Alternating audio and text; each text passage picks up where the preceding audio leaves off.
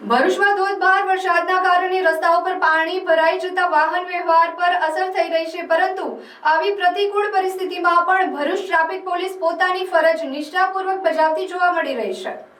ભરૂચ શહેરના પાંચવતી શ્રવણ ચોકડી, station road અને અન્ય વિસ્તારોમાં ભારે ટ્રાફિક જામ ન સર્જાય તે માટે ટ્રાફિક જવાનો વરસાદમાં ભીંજાવા છતાં પોતાનું કાર્ય કરી રહ્યા છે।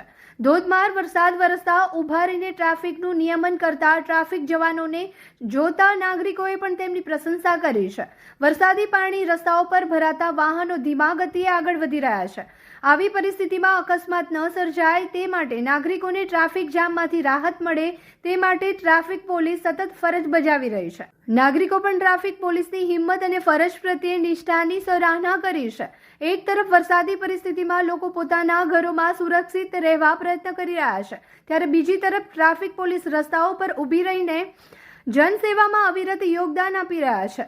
ભરૂચમાં વરસાદી મોસમ હજુ યથાવત છે અને આગામી દિવસોમાં વધુ વરસાદની શક્યતા વ્યક્ત કરવામાં આવી રહી છે, ત્યારે ટ્રાફિક પોલીસની આ કામગીરી નાગરિકોને મોટી રાહત આપનાર સાબિત થઈ રહી છે।